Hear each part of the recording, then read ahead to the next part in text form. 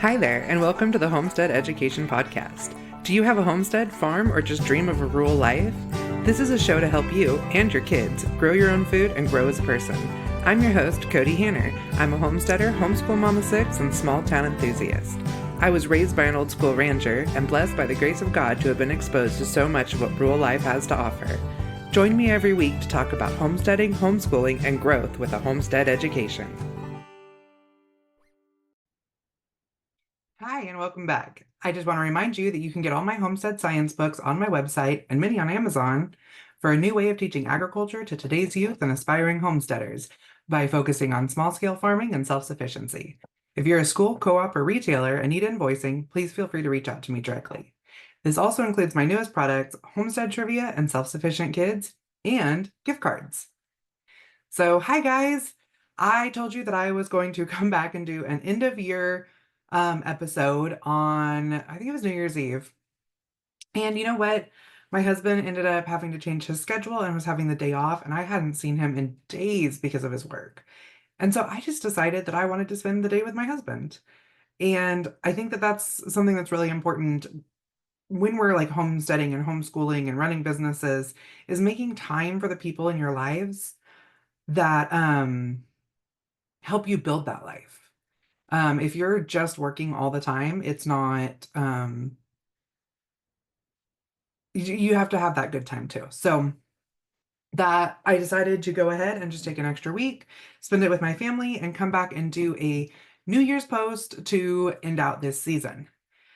So the last couple weeks, I mean, besides spending time with my husband, the couple of days that I've gotten to because he's been gone, he worked, I think, something like 8 12s in a row and had a day off and turned around and did it again.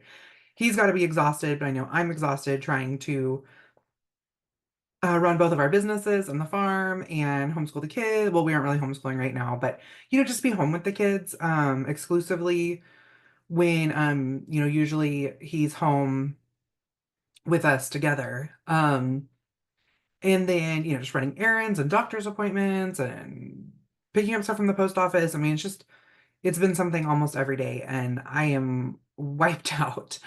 But during that time, I have been able to get some dairying done, which has been a lot of fun. Made several batches of yogurt. After we made the yogurt, we made yogurt cups where I sweetened the yogurt and then put it into little jars and put like some chopped peaches on top or some strawberry preserves. So it made it a lot easier for the littles to just grab one and eat those. So that's been pretty cool.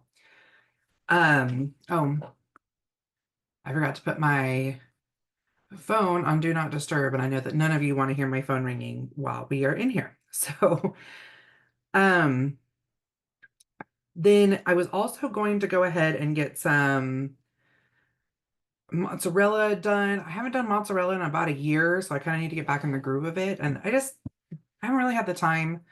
So we had a lot of extra milk, so I was giving it to some friends because we don't have our milk permit yet. So I just wanted to share. I'd rather see it go to friends or even my pigs sometimes than to have it go bad. We did have two of our pigs farrow, which so that's kicking off farrowing season for us. This is our big season of the year because all of our pigs or all of our sows are bred right now because in order to show at our two local fairs, you have to have pigs born in the calendar year, but be old enough to make weight by fair. And so everybody's wanting pigs born like this week. And I've had two farrow. I think I have two more coming up soon. And I'm a little worried that some of them are on the younger side, but they can still be born in February and make weight just fine. So people are just trying to get the older ones because they don't have to push them as hard. And then, but we had torn down our farrowing crates and we were going to like get in there and pressure wash everything. And then the weather came in earlier and I ended up, my kids and I, pushing these two sows out of pasture up to the barn. We had no way of hauling them because the snow and mud is so deep right now. I couldn't take the trailer down to the pasture. So we walked them all the way up to the barn. I actually have a reel up. You should go check it out. It has my 4-year-old actually herding this sow, which I'm like, oh my goodness, this kid's a better herding dog than any of my dogs that I own right now. And my kids and I spent 9 hours and rebuilt the Fairwing crates, and that was definitely like a test of our abilities. I've done a lot of work like that in my life, but just kind of having to do it where I was the one completely in charge. I was having to do all the heavy lifting. I was having to run all the tools.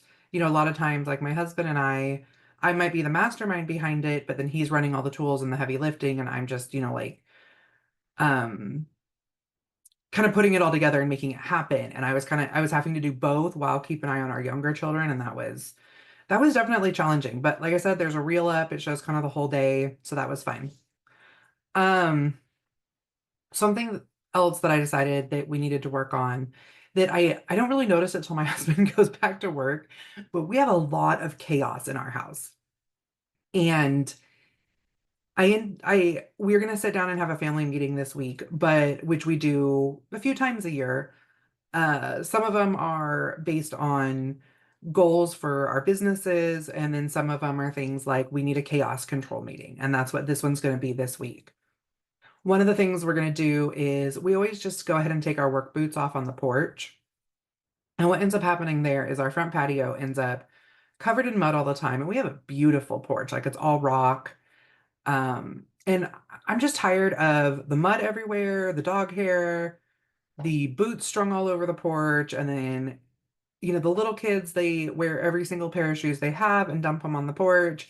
And then the dogs grab them. And then we need to go to town and no shoes can be found. And we're doing a full search of shoes in the yard. And half the time we find them chewed up. And we're just kind of done. So I had the kids sort out all the boots and clean the porch really good. And then we put a shoe rack in our garage, which then the dogs can still access there, but having less pairs of shoes is going to make it more obvious if there's a pair gone or one missing. And then the mud will be contained to the garage, and then the kids can, from, working the barn, can come up through our mud room and it goes right into the laundry room too. So if they have muddy clothes, they can ditch them there. So I think that's going to really reduce some of that chaos in the house, like the dirtiness, the missing shoes, the pile of jackets by the front door. We just won't have to deal with that as much. And we cleaned our garage really good this winter, so it makes it where that is a possibility. I'm actually going to be doing a few posts on some chaos control because being a family with 6 kids and a wide range of ages and sports and everything like that going on, we have always had that like low hum of chaos that if we aren't completely on top of it, um it starts to grow. And so I'm going to be putting together a post here in the next month or so, or sorry, next week or so, on just how to reduce chaos in your home. So keep an eye open for that. And then, yeah, so let's move on to what I wanted this podcast to be about, which is goal setting for the new year. Now, I'm recording this on the 7th, so some of you might already have your goals, and that's great. And I feel a little bad that I wasn't here for you, but at the same time, I think it gave me more of an opportunity to get my goals in place to be able to actually give you guys some information. Um, and I just realized I left my notes out in the living room. So for those of you who watch this on YouTube, I'm getting ready to text a child and have them bring me my notes because I want to make sure that I give you the best information possible.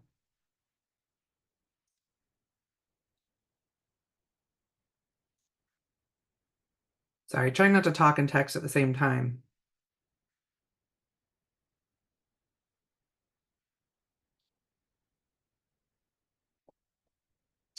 So what I did this year in my goal setting is I took some time to reflect on what I had accomplished this year because I felt like kind of going into this new year, I'm like, I have to come up with this whole new plan because I didn't accomplish anything last year. So I need to fix this year.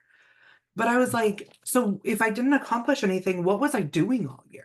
Because I worked all the time. I was traveling. I was doing so much stuff.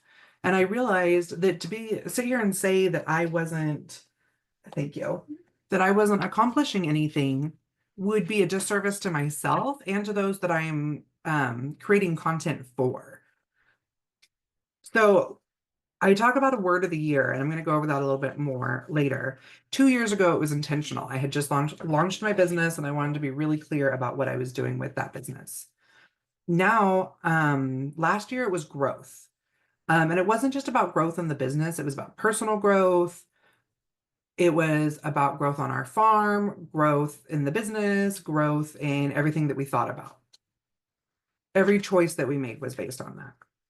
So I made like a quick sticky note list of like everything I accomplished. And, I didn't even write down the numbers, but I know that I released 3 new products last year. I did about 40 podcast episodes. I went to, I think, 16 conferences, speaking at over half of those. I really wish I would have gotten these numbers, but I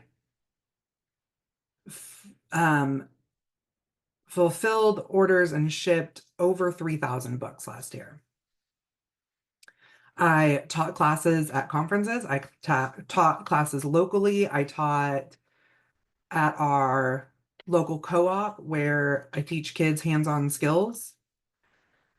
I homeschooled our kids. We went to 6 national parks together. We grew our homestead.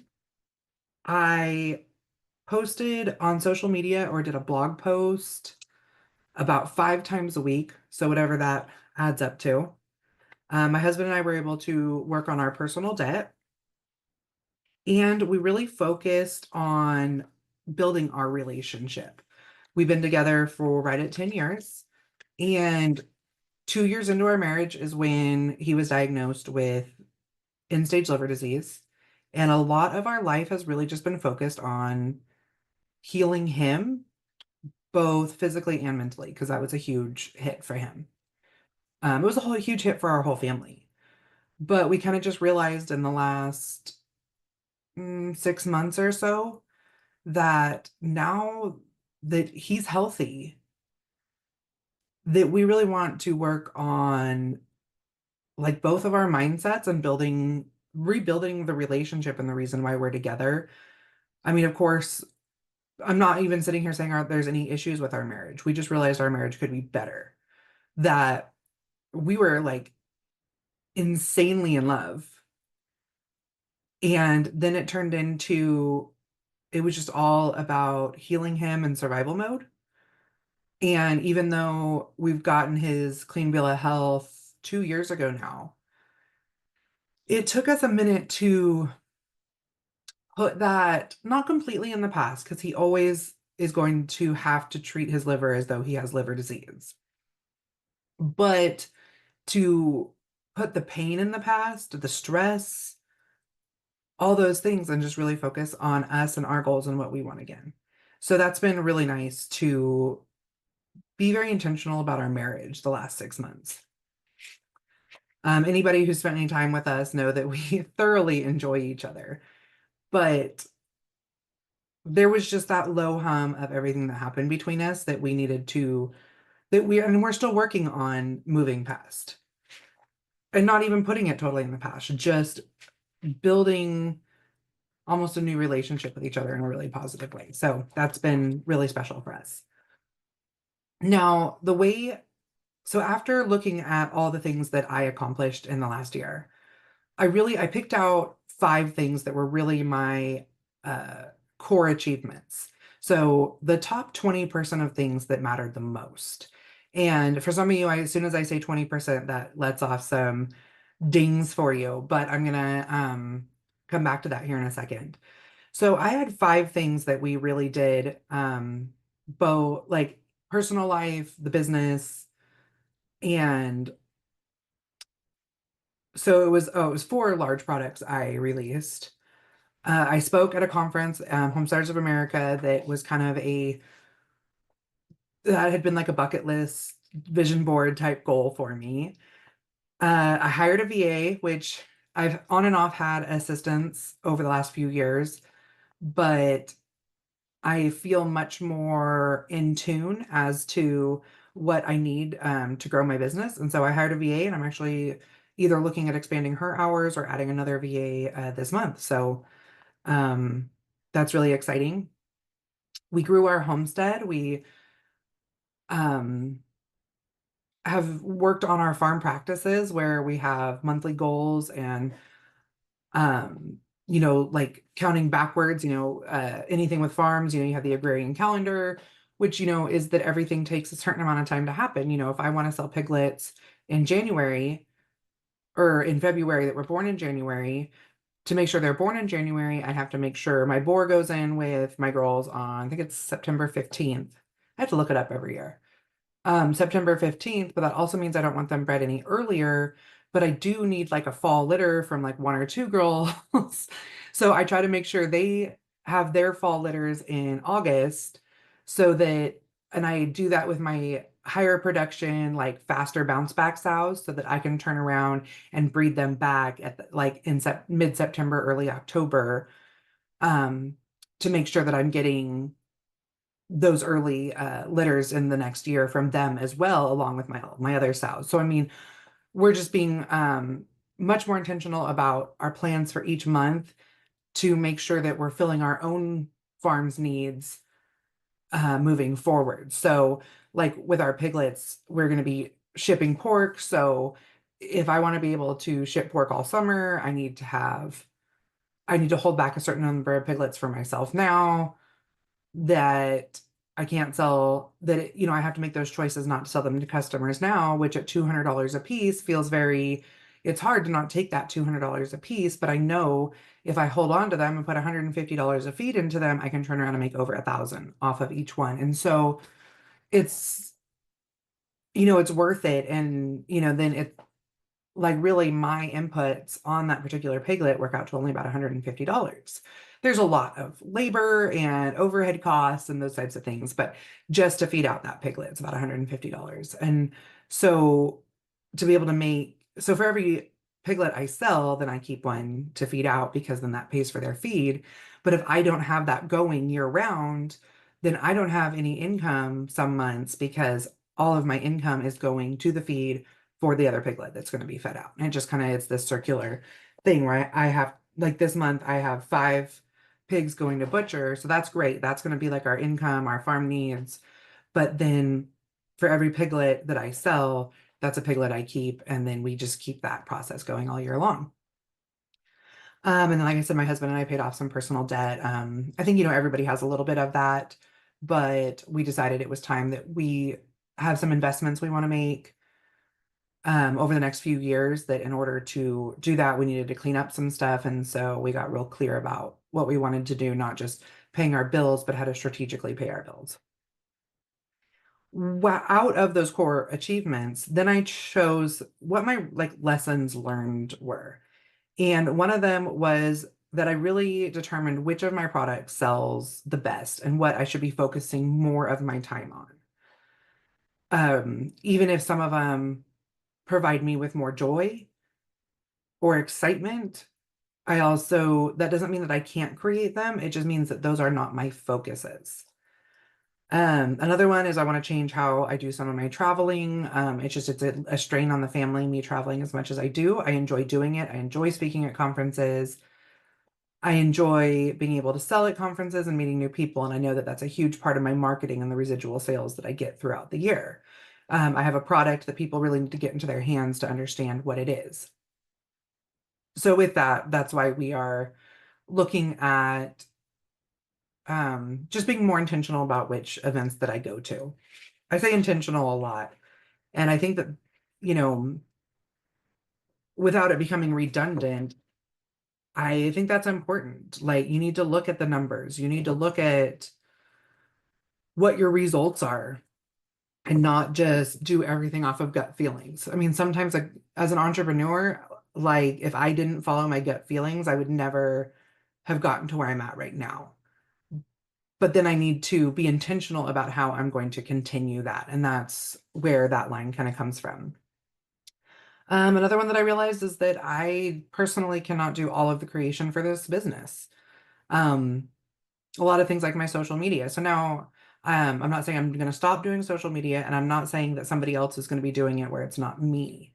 I'm just looking at finding someone who can take the pictures and the wording that I have and put it into a post and then post it to all the social media outlets out there. Because what a lot of people don't realize, and some of the things you can fudge on a little bit, some of them you can't, is that Instagram, Facebook, YouTube, TikTok, and Pinterest, as well as like blogs and newsletters, the graphic sizes are different for every single one. And like I said, some of them you can like, if you know, on Instagram, you can go ahead and just post it to Facebook and it's fine that it's the squares over the rectangles or the horizontal rectangles. But then if you want to take that same one and put it onto Pinterest, it needs to be a vertical rectangle. If it's something that's going to be um, like my podcast going on YouTube, Um, and then it also goes on my blog. So then I have a different sized one for each social media. Then the blog has to be a different size because if I don't have that one the right size, then it cuts it off on my archive pages. Same thing, but if I don't have the right size thumbnail for YouTube, then that gets cut off. And so your YouTube doesn't look as clean. Like it's a lot to have to remember. And then you have to schedule all these in, you know, they have to be scheduled a certain time so that it's optimum time for my West Coast followers as well as my East Coast followers. Like it's a lot to try to hit all of those.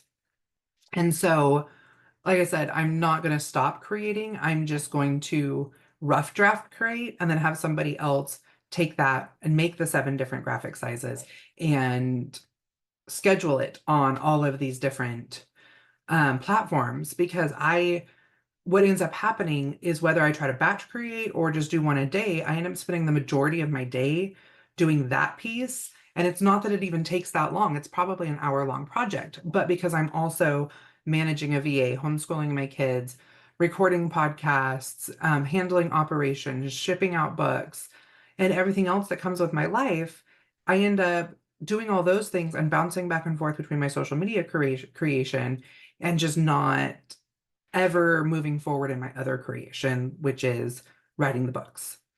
So now at this point, I'd like to be able to spend a day, which is what I do for myself every week, anyways. On Mondays or like at the beginning of the month, I write my social media calendar. Every Monday, I do like a drop of all of my thoughts and my plans, and if I have any pictures available in there. And so I'm already doing that part, and then I can just send that out. Of course, I still do stories and an occasional reel that is like, oh, that would be fun on the spot, but at least my core stuff is done. So I can get this information out to you guys. I can provide you with sales information. I can keep you up to date on, um, you know, ag and homeschool policies and those types of things. But instead, I don't even have a chance to keep up to date on ag and homeschool policies myself because I'm so busy. So being able to take that off my plate is going to be a huge one. Uh, so then in my relationships and personal growth, um, a positive from last year was that my husband and I know what we want from each other at this point. Um, I had a goal of reading 50 books. I didn't reach 50. I hit about 32, and that's okay. I'll hit 50 next year. And I really feel like I reached more people personally last year. There's a lot of times in doing, you know, blogging and podcasts, and I've mentioned it before that I feel like I'm just kind of talking to myself. And I'm like, you know, I've had hundreds of thousands of downloads, and I'm like, is anybody listening? Like, am I providing something to you? Or am I just recording myself to, I guess, to hear myself talk? I don't know. But I've had more people reach out to me this year, whether that be, you know, via email, social media, or at conferences, and actually say, like, what you taught me in this podcast was, you know, hugely life-changing, or I will listen to this podcast and I want to have a conversation with you about this because I had other ideas or something, or I had questions on, you know, you talked about how to um, do some dairying stuff, and I want to be able to do that too, and I just didn't know how to get started. So those types of things, or you know, I get a lot of when we switched from pasteurizing our milk to drinking raw milk. we always did low temp pasteurization, but because of my husband's liver disease, we had to be a little bit more careful about him having any potential um, contaminations. And so, I mean, there was even certain foods we couldn't eat and stuff, like similar to like a pregnant woman not being able to have lunch meat because of listeria. So once we kind of, our bodies adjusted to drinking low temp pasteurization milk, we started switching to raw milk, but we didn't want to do that all at once. So I've had a lot of people ask me like how we did that, how we made that change, why we decided to make the change. So those are the types of things that I feel like I've reached people more personally than I had in the past. And so that feels, it's not just about me and how it makes me feel, but I want to make sure that I'm meeting your guys' needs if I'm doing this every week. Like if I'm sitting here for an hour and I'm not meeting anybody's needs, then I want to remedy that. I don't want to say like, well, then I don't want to do it. I still want to do it. I want to be here. I want to be reaching out to you because I know that I have a lot of people who do love to hear what I have to say. But I do love to hear what I've helped you with, what you agree with, what you don't agree with. Um, just because that's a huge piece to being a content creator is actually knowing what content resonates with our listeners. And even though my goal with this podcast a lot of times has been to help you learn the questions that you didn't know to ask. So by enlightening you through different topics, there's still, if people are completely uninterested in homeschooling, and I do more homeschooling podcasts than Homestead podcasts, I'm not going to have um as many people interested in hearing what I have to say. So I try to do a good variety, but like I want to hear what varieties really resonate with you guys. So going into 25, I wanted to have vision in what I was doing. So I chose three core goals um, that reflected what I had listed out as my, going from my core achievements in last year. So um, I want to finish a big project I've been working on for you guys. It's a curriculum and it's another one of those curriculums that can be helpful and interesting to all ages.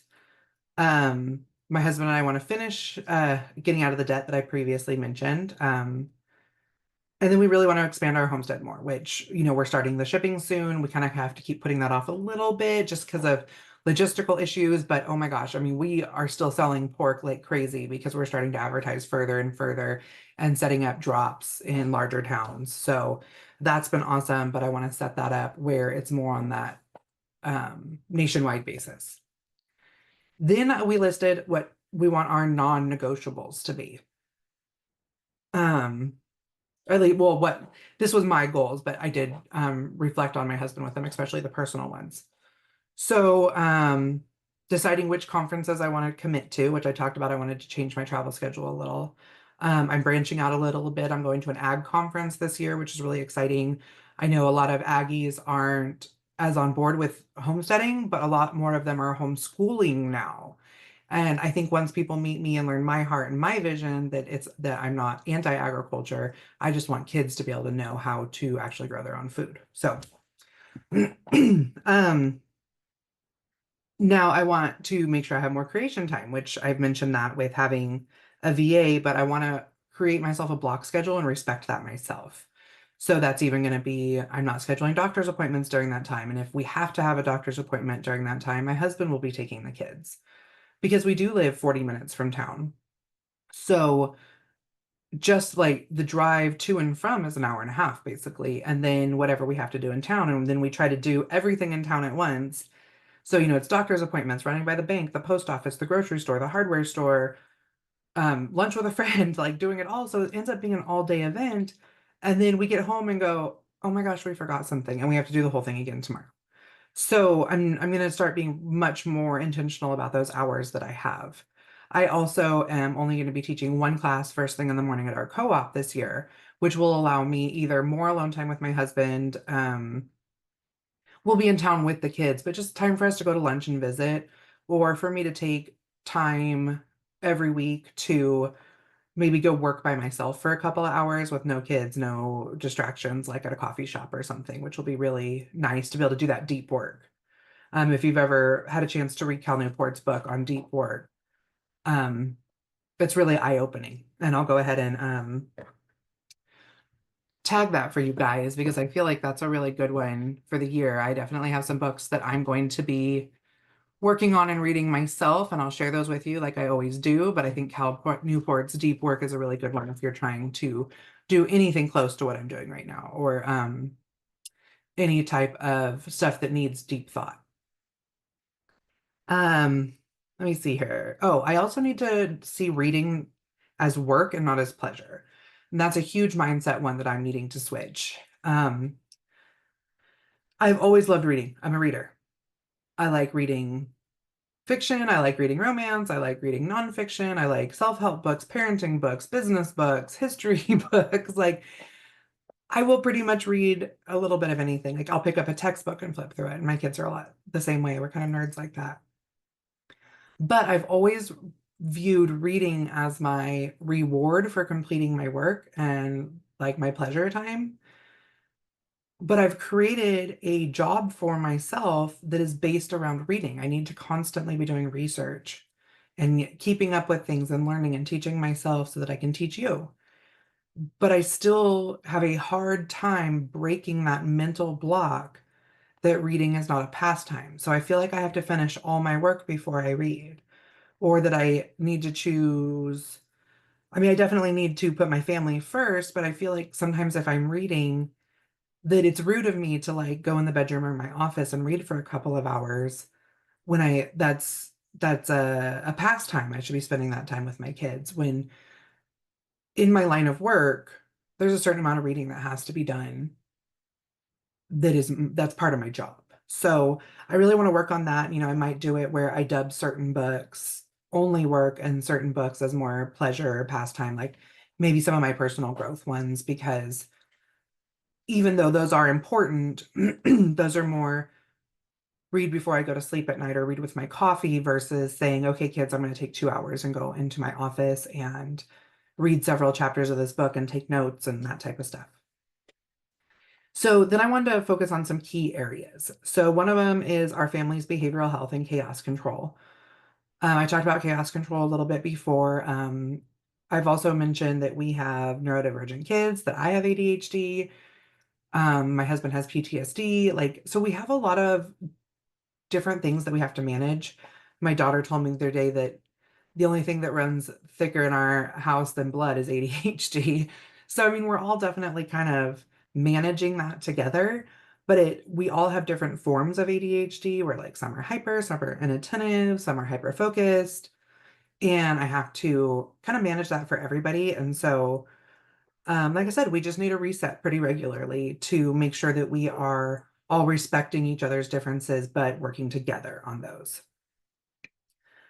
The next one is that we want to scale our businesses without creating more debt. So, that's working on creating more products. I've always been against just raising prices. That's not the answer. I did have to do a price raise last year because my printing costs went up, and I waited 6 months because I was like, I am not raising my customers' prices. And then I had to do it because we were starting to feel the stress ourselves. And as entrepreneurs, we tend to not factor in our own labor costs into this and only factor in our input costs.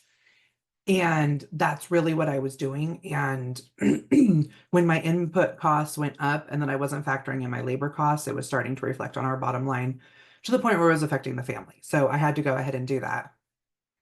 But I want to be able to provide more products, more quality, both with the curriculum business and with our farm. But I need to do that without just creating more debt for ourselves. And I say that because sometimes in product creation, you have to spend money to make money. And so I really want to look at ways to do that without hurting the pocketbook. Um, I have some health goals that I've been working with my doctor for 3 years to try to figure out why my health took such a bad downturn after my 5-year-old was born. I mean, it took about a year and a half where I was like, well, this is just what it's like after having a baby at my age. And then I was like, no, this isn't normal. So I've been working with my doctor. We've been doing a lot of testing and stuff. And I think we're finally Um, I think we're finally getting somewhere, and I've started to see like some of my weight naturally come off. After having my youngest, my body attacked itself. I had to do lots of steroids. It was like an immune something. We still don't know exactly what it was, but I have flare-ups, and every time I have those flare-ups, I have to take steroids. That's the only thing that'll get it to stop. We've tried everything, but then every time I take those steroids, it wrecks my system and I gain weight. And so now we've found something that's made it where I haven't had a flare up in 6 months. So therefore, I'm not having to do steroids. And I've started naturally losing weight with just staying with, our normal healthy eating patterns and the exercise I get being a farmer without having to watch every calorie that's coming in and doing regular exercise on top of my farming exercise because that ends up being really hard on the body. And then when I was doing that, I still wasn't losing weight. And it was a really frustrating cycle. So as I learn more, I will share that with you guys because that's always been a big one on this podcast is health and how natural living and real food can be a huge health positive. But then there's also those times that because our bodies have been so destroyed from modern food and from modern medicine, to get it back under control, sometimes modern medicine has to be used to get a handle on it. And that's where I'm at right now because I've tried everything else. So, and then I've mentioned that I want to read my 50 books this year. I don't think that's going to be a problem because my next big creation, I have a whole bookshelf that's waiting for me. And then the last one is finish getting out of the debt that my husband and I talked about. But that's, even when I say scaling earlier that we want to scale without debt, scaling doesn't necessarily mean that we are making more money. Scaling is paying for more hours in an assistant so that I can spend more time with my family and that type of stuff. And that is just as important in scaling to me as what the actual bottom line is.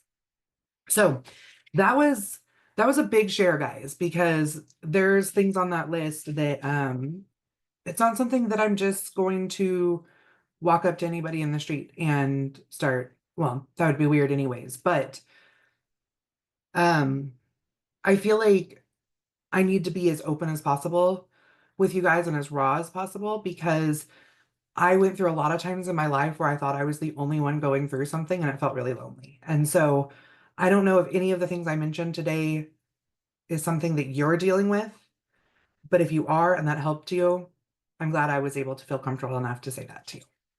So now I talked to you about how I use each of these things, how I did a year in review and then my vision moving forward for each of these things. Now, this list that I followed, I will put that in the blog when I post this, just so you can have those steps as well. But I combined all of them together because that's what works for me. You may want to do a different one for each section of your life. Like I didn't add any homeschool stuff into this one because I want to sit down with my kids and do this with them and let them set their own goals for the year. And then for me to express the goals that I have for them and we can like type it up and hang it in the homeschool room, just that we're all looking at that. Now, my goals are all very production based. That is because that is who I am. That does not need to be who you are. If your goals are that you want to take more time off, or that you want to have a slower paced life, or that you want to read by candlelight every evening, that's okay. My goals are production based because that is how I work.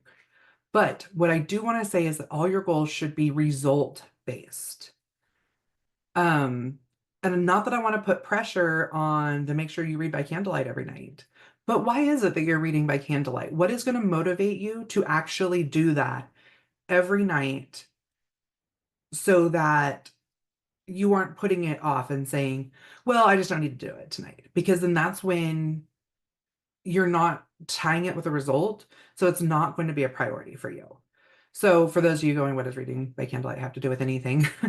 It turning off the blue light, not watching TV, not being on a tablet, not being on your phones, that blue light actually affects your circadian rhythm as well as just normal overhead lights because as humans, we were meant to go to sleep when it got dark and get up when it gets light, and that messes with our sleep cycles. It messes with our health, our inflammation, our bodies, how we process things mentally, and how we process things digestionally. So, keeping your circadian rhythm is really important. So, taking a little bit of time to only use candlelight and if you do need something to do during that time, I'm somebody that could not just sit there in candlelight. I have to be doing something all the time. Hello, ADHD. So for me, reading by candlelight would be really perfect because then I'm still getting that doing something that I need, but I'm resetting my circadian rhythm and not playing a game or reading on a device that gives that blue light and affects your sleep schedules. So just keep in mind that you want to keep everything result based. So, and this is where earlier when I mentioned something about the 20% of things that mattered most, there's something called the 80-20 rule or the Pareto effect. There's lots of books on it. There's lots of books on using the 80-20 rule in business and marketing. I actually have a whole section in my book, Raising Self-Sufficient Kids, on how to use the 80-20 rule in parenting. And what it is that you focus 20% or 80% of your time on the 20% of things that provide you with the most results. So, in business, even though I have lots of different products and lots of different things that I'm focusing on, what is my biggest moneymaker and what makes my customers the happiest? Like, do they enjoy the podcast more than what I'm doing on social media? So then I'm going to focus on the podcast more, that type of thing. So not all of your products are going to be winners. So you pick the ones that make the 20% most money and you market them the most. Or if you're creating something new, you're creating something that is in line with your top promoting products the most because you already know that that's what works. In parenting, I say it a little differently than some do, but I say you need to focus 20% of your time unapologetically on yourself and your spouse because those are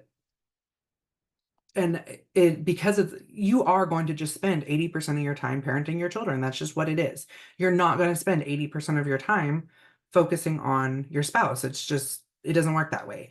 Simply just because, you're home together for 3 hours in the evening and an hour of that is doing homework with your kids and an hour of that is cooking dinner and 45 minutes that is getting the kids to bed, and then you get 15 minutes with your spouse. Be unapologetic about having that 15 minutes with your spouse. But I mean, that's still not even good enough. I say, like, take whole weekends and stuff away, even if it feels stressful or guilty to do that. That reconnection time that you're going to get is going to make you better parents during that 80% of the time. And that's a huge one for us. So, um, consider that 80-20 rule when you're setting your goals. Because if it's something that is not providing results to you, whether those results are stress reduction or those results are more income, every bit of it is worth the time. So what I like to do is rather than set a resolution every year, and even my goals, they're great, but what's going to make me circle back to these goals? What's going to make me review these goals regularly and continue to seek them? And that's where I use my word or phrase of the year. Because every decision I make, every time I'm feeling down, I think about that word or that phrase, and I'll have it up in my office or on my phone or something where I'm seeing it all the time. Because that's what's going to help me make that final decision in how I'm going to handle things. And, when you have a resolution, oh, I'm going to lose weight, every time you don't lose weight, you feel like you've fallen off the wagon and it feels discouraging, and then you stop doing it. But when you have a word of the year, even if you fall off the wagon, you can use that word of the year to get you back on the wagon. Like, you can always keep building with it. So, like I said in the past, I've used intentional and growth. This year I went for a phrase because two words really resonated with me. And that ended up being a soaring impact. I want to soar. I don't want to just be like create, sell, repeat, create, sell, repeat.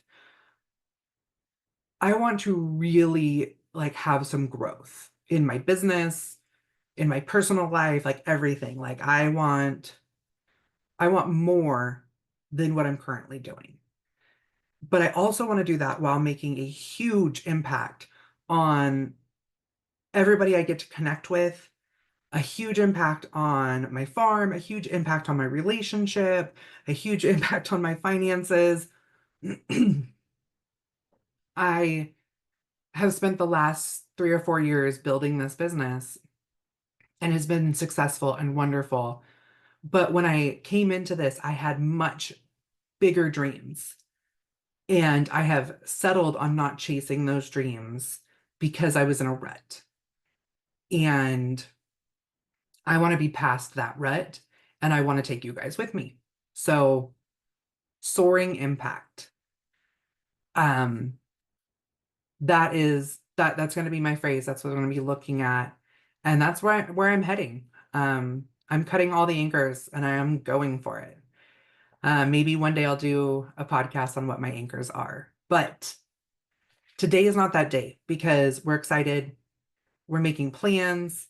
Like I said, I'm going to put my outline on how to do your review and your vision for the year. And then you can actually do this monthly or quarterly if you want to, while reflecting back on this. And like having 3 core goals, just saying that I want to get out of debt. That's not enough. Like, I mean, I wrote down exactly all the debt that I want to pay off, how I plan on paying it off, and I made a chart to color in and hang on my wall. I mean, you need to break that down so that you have a goal on how to do it and what your time frame is going to be. Otherwise, it's not going to happen. So, but yes, what you want to do is you want to do a review of the previous period, whether that's year, month, quarter. Look at your core achievements, your lessons learned, and what you want out of relationships and growth. And then moving forward, you want to say what your 3 core goals are. Hopefully, in your next period, you'll be able to say that your core achievements were those exact same core goals. What your non-negotiables are. So, taking what you learned and committing that over to what you're not going to accept. And then your focus areas. So, what are you, where are you going to focus on these things? So, just to give you a little heads up, I'm probably going to take about a month off from the podcast. I don't know if I'll come back the last week of January or the 1st of February. I just gonna go with what feels right to me. There's a few reasons I'm taking some time off. One of them is that it's farrowing season on our farm, and it's really hard to accomplish anything in January when I'm out with the pigs a lot. The other one is, like I said, I'm wanting to add another VA to my team, and so I need to take the time to train them, write SOPs, get them into a good groove. I'm going to be seeking out some really awesome guests for the podcast, some that are really going to have us thinking. Um,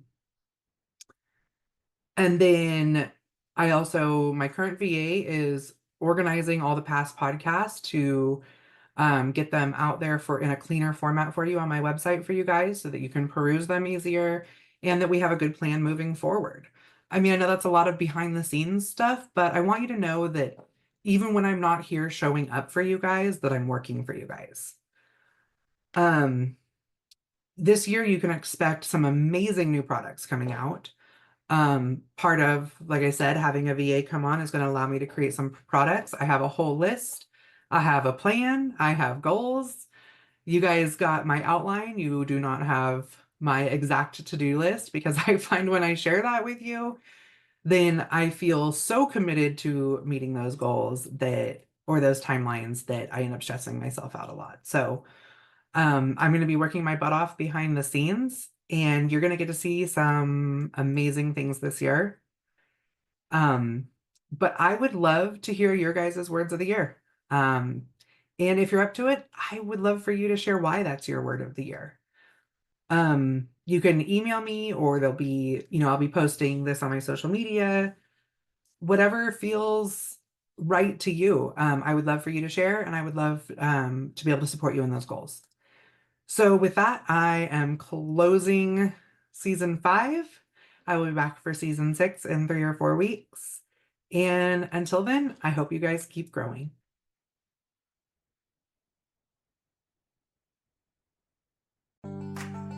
Thank you for joining me today at the Homestead Education, and I hope that I have given you something to think about this week.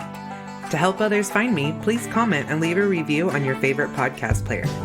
You can also follow me on Facebook at the Homestead Education and Instagram at homestead_education. Do you have questions that you would like answered, or just want to say hi? Please email me at hello@thehomesteadeducation.com. Until next time, keep growing!